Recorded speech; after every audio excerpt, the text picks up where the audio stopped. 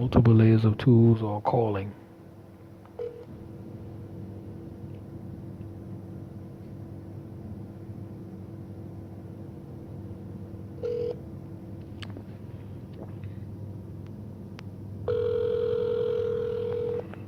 It should already be after 9 o'clock on Monday.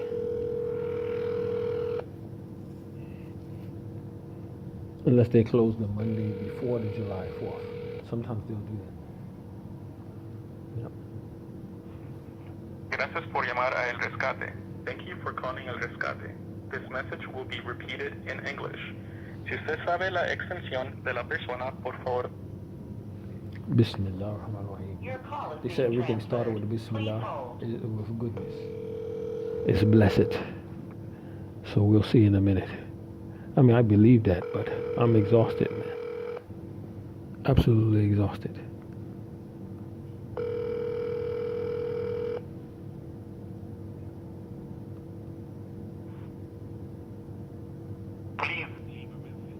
They said, please leave a message. So I hung up the phone. So I gotta try to call him again. See, it's being evasive.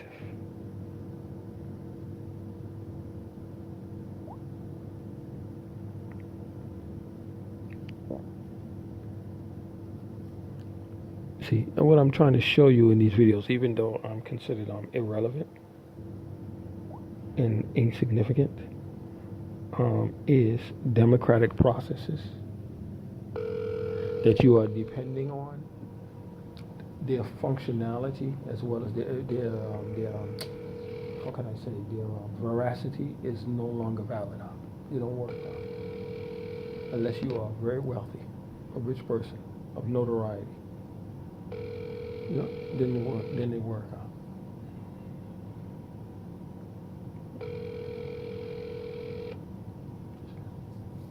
Something happened where there was an arrest today, and they had people who were Jewish, all Jewish, with yarmulkes, being brought out by the FBI. Gracias por llamar a El Rescate. Thank you for calling El Rescate. This message will be repeated in English.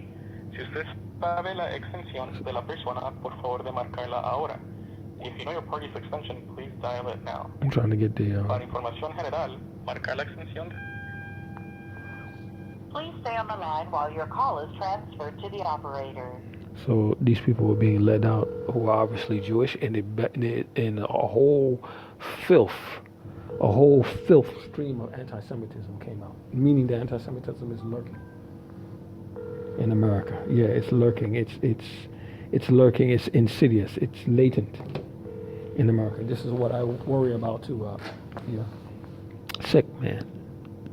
Whereas here, it's not really a big deal about Jewishness and that. No, people are not waiting to lash out at people because they're Jewish. So, no al rescate.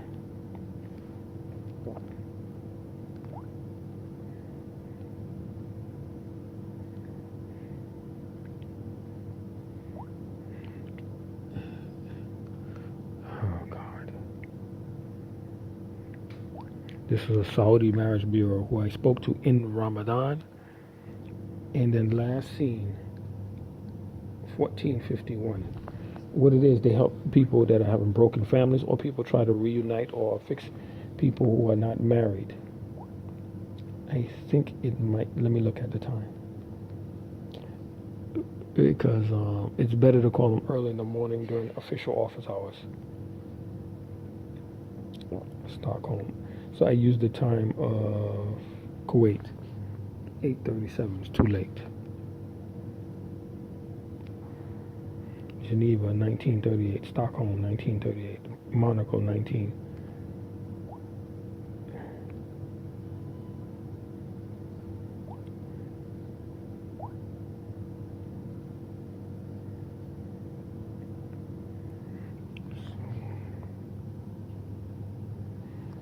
Okay.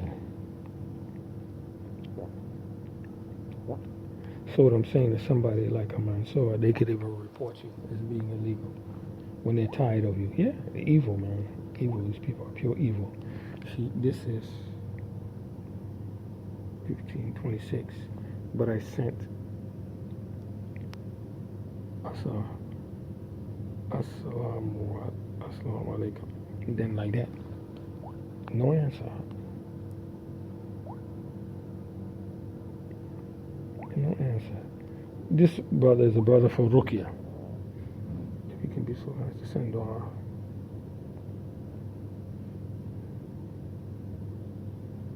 Yeah, that's it. Sister Ashwan Khan.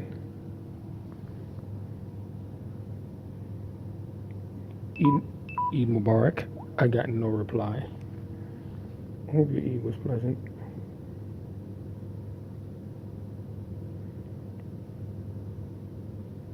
Yep, no answer. So what I'm saying is, imagine if somebody, and the woman touched my phone, man. You know, if somebody is getting permission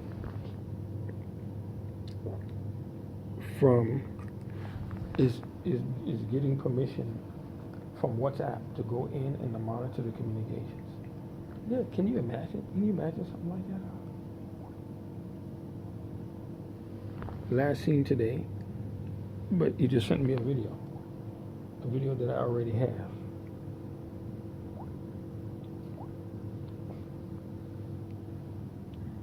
This video is about no, it's something about a robot, but I don't know what's happening with Brother Mubarak. He's a good brother, man. I don't know what's happening. I don't know what's happening here, man. Brother Hassan Salafi in Seattle, Washington. Eid Mubarak. Nah. I mean, you would think I would get back Eid Kareem, alhamdulillah. Assalamu alaikum, how was your Eid? Alhamdulillah was good. Boom, that was the end of that. So that's when the people become like terse, like that. Yeah, that's the equivalent. Digital, becoming digitally terse. I ain't got nothing to say to you, you don't know all that kind of stuff. I mean, what the hell did I do, man? I don't know a damn thing to say to you.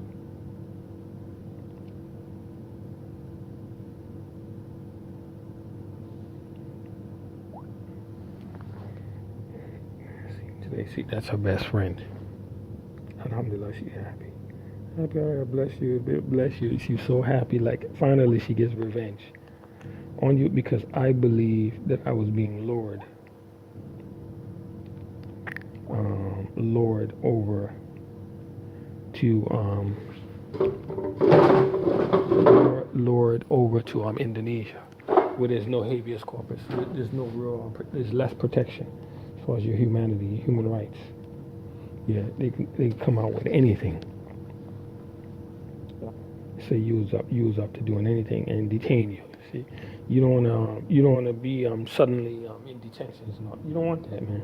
You don't want people getting hold of your privacy, your data, your sexual stuff. If you have sexual stuff, erotic stuff, communication stuff. That you don't want people getting a hold of that, man. You don't want people getting a hold of that. It's very nasty, very disgusting.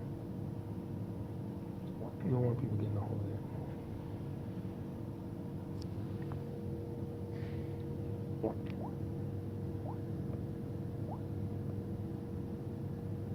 Okay, at least she is back on.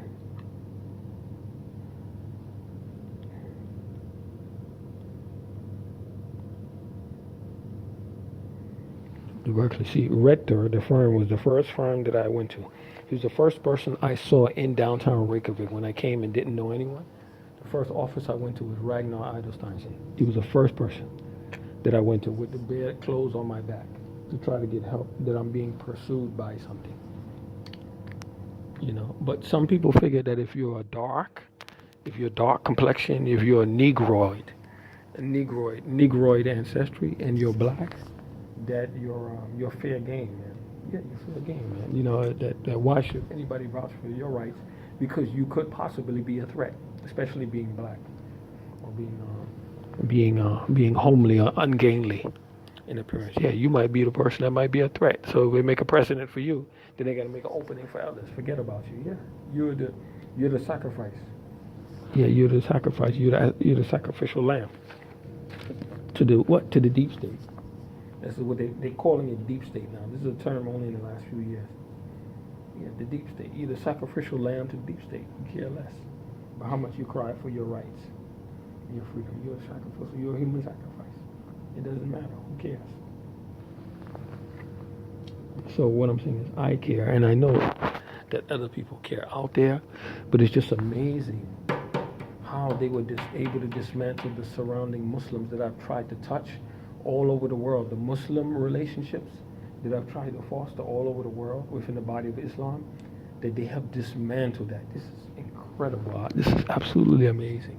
And they did it in all rapid order. In Ramadan, it was a little bit pretentious, or possibility, or a little bit of a semblance of some normalcy of Ramadan Mubarak. Some people wouldn't even reply to me, who were prominent scholars, who did exegeses and tafsir and things for the Quran and translations.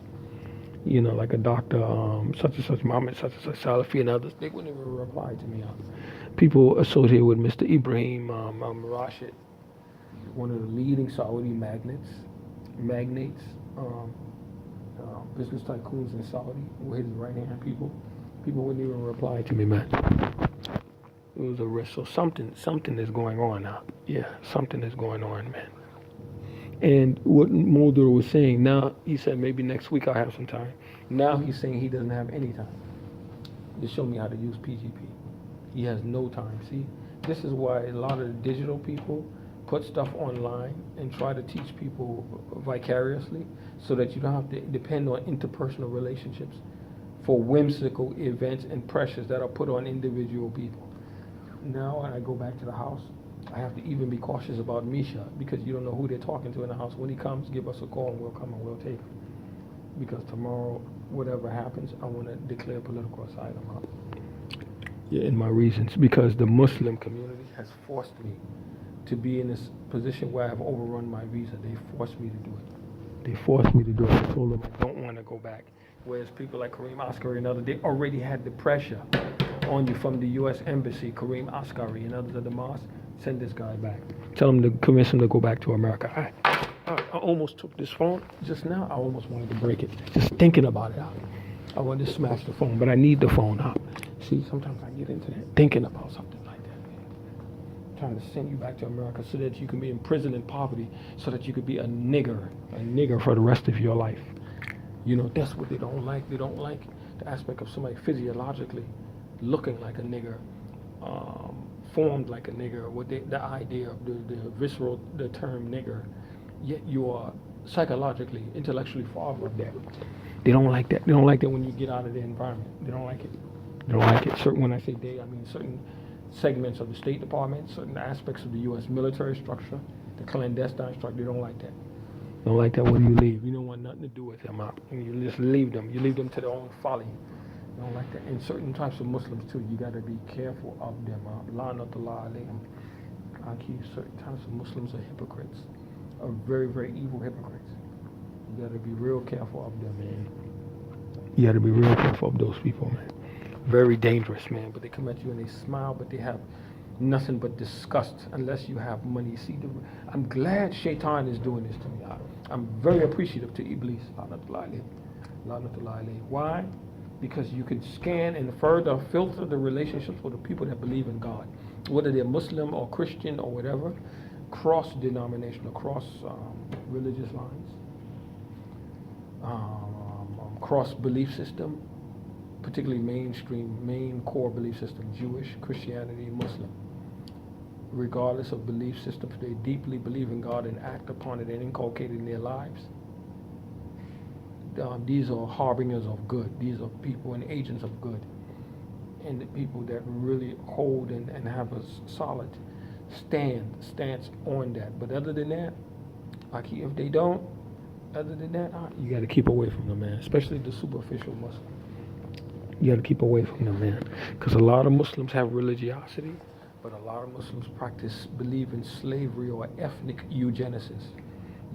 Like eugenics, ethnic superiority, ethnic inferiority. A lot of Muslims are into that, man. A'udhu billahi min dhalik. A lot of Muslims are into that, man. A lot of Muslims are into that. A'udhu billahi min dhalik. A'udhu billah, a'udhu billah. A lot of them, man. And it's hard to tell which ones are of the Iblisi, the Shaitanic camp, who have a disgust or a disdain for you primarily because of your ethnicity or because of a combination of your ethnicity and economic, financial, physiological weakness and all of that. It's hard to tell, man. It's difficult. So even someone, I'm black, you're Negro. So they say, okay, marry Negro. But they say, no, look at my shade. No, you can't. You can't marry somebody like that. The Muslim, you're not allowed. Haram for you. So, Bismillah ar-Rahman ar-Rahim. So let's see.